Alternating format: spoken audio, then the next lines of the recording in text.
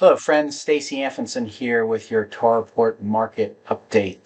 Today we're going to look at some interesting, what I call foundations for current house price levels. Everybody, or a lot of people here, especially the natives, are kind of freaking out about where house prices are at, and the whole housing affordability issue is seems to be on the front burner, among other things on the front burner. So, go over today are things that I think are the foundations behind our current house price levels.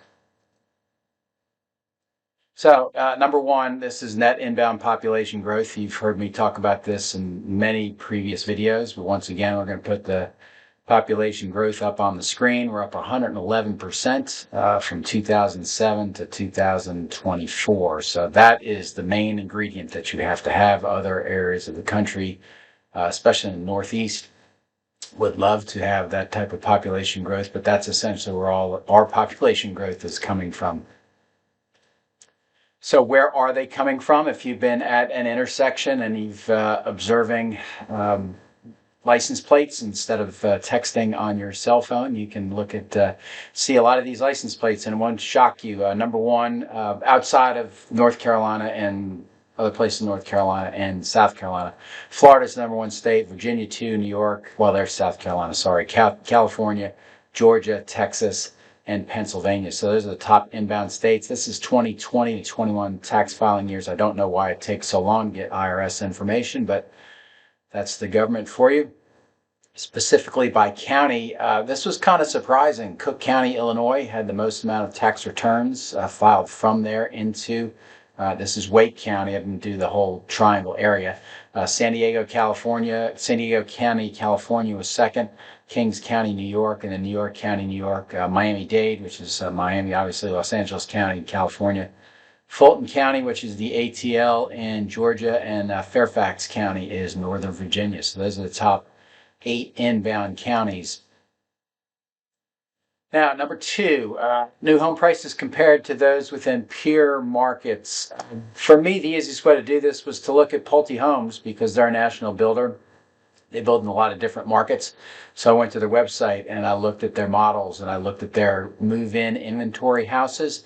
Over here, you'll see the counties or the metropolitan areas: Los Angeles, this is Austin, Texas, Monmouth, New Jersey, Palm Beach, Florida, Seattle, Washington, San Jose, California, and then Wake County. You can see how expensive things are in other parts of the country. Los Angeles just a little above 1.8 million, San Jose just about 1.4 million. Monmouth, New Jersey, just under 1.2 million. Palm Beach, almost at a million. Seattle at 747. The only thing that we come even close to being price-wise for a new home is in Austin, Texas. They're at 436.8. Pulte's average price in Wake County is 396. So you can see if you're coming from another area and you have a Pulte home and somewhere between 2,500 and 3,500 square feet, you can see it is a significant savings to come here. And just to kind of put a little bit more flavor behind that, this is the median list price per square foot of these. San Jose, $826 a square foot. That's pretty pricey. We're nowhere close to that. Wake's about $211. Once again, Austin's really the only one that we are comparative to, but we look at Los Angeles, Monmouth, New Jersey, and Palm Beach, they're up in the 400 price per square foot. So our new home prices, now look, this is not comparing custom to custom, and this is Pulte. But I think it's a pretty good example because it is a national builder, and national builders have alternatives in all these markets. And so that's kind of what you see just from a dollar standpoint. Point number three, overall house price metrics compared to those within peer markets. So we just talked about new construction. Let's talk about the median list price, which is the blue bar, and the median sales price, which is the red bar. Once again, these were the same counties. I added Nassau County, New York, over here on the right. Pulte does not build there. I'm not sure what new construction is going on there. But over here on the right is Wake County. Median list price is at 442. Median sales price is at 510. And you can see the 510. The only place that's, again, close to us is Austin, Texas. They're at 499. They're actually the only one that has a lower median sales price, but their median list price is well above ours. You look at San Jose, which is well above $1 million. You look at Los Angeles, which is almost pushing 1 million. And you look at Seattle, which is in the upper 7s and the low 8s. So the majority of our peer markets, once again, if you're looking at overall price metrics, our market is significantly less expensive. Number 4, you got to have something behind that, and it's called the level of home equity for buyers coming from peer markets. This is pretty amazing. This was put out by the National Association of Realtors, and this actually includes, they have a calculation of what the mortgage payment was like over 5 years ago, how much house prices went up, how much you would have paid down your mortgage with a 10% down payment. I thought it was pretty slick, that type of metric, and so they came up with that. The blue bar is the level of home equity that they state, and then the red bar is the Wake County median list price. And the reason I did this is because if you look over here, this blue arrow here points at San Jose. Their home equity, they can pay cash for a house in Wake County and have almost $200,000 left over. So that's the only one of these markets where the home equity was above that. But I would look at the two bars and compare them, and you can see this is essentially the type of the amount of money, that the delta that they would need to buy a house. And so essentially this level of home equity lowers the price of the house, and so that kind of offsets those lower interest rates that everybody got in on 2020. Number 5, lower ratio of mortgage payment to income.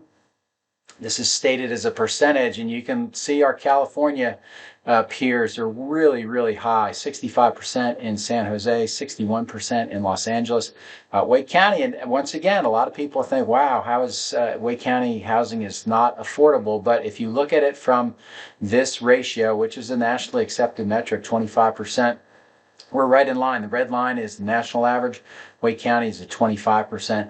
And you can see that, once again, Austin matches up with us favorably on every other metric in this graph, that Wake County is definitely favorable in terms of that. And number 6, we've talked about this numerous times, months of housing supplies in severe undersupply category. We showed you this graph last month, February months of supply for the 4 main counties in our market in MLS. It was the 8th consecutive February with an undersupply of housing. So let's wrap this up. It was a little bit longer than normal, but I think we had a lot to talk about. Bullet point number 1, we have net inbound population growth. Number 2, new home prices are well below those in peer markets. Number 3, overall prices are well below those in peer markets. Number 4, national equity is at historically high levels. I didn't touch on this before, but another component that you can put into a house price is your stock market. I'm not going to talk about Bitcoin, but the Dow Jones Industrial Average is up 51% since March of 2020. So those funds could be cashed in and applied to a house price here. The Raleigh-Cary MSA mortgage payment to income is at national levels and below peer markets. And then, once again, the months of housing supply is in severe undersupply territory. So just wanted to give you some background for what I think is behind these new home prices, because a lot of the natives are going, how can house prices be at this? Just remember that we are very much a inbound migratory market, and this hopefully gave you some flavor for the economic demographics that buyers have in those markets when they come here. So once again, thanks for listening to this. Here's my contact information. I encourage you to subscribe to the this YouTube channel. I encourage you to subscribe to the Tar Report. Once again, if you didn't know, I'm also a residential real estate appraiser, and we very much appreciate your referrals along those lines. So thanks again for watching and listening, and we'll see you next time.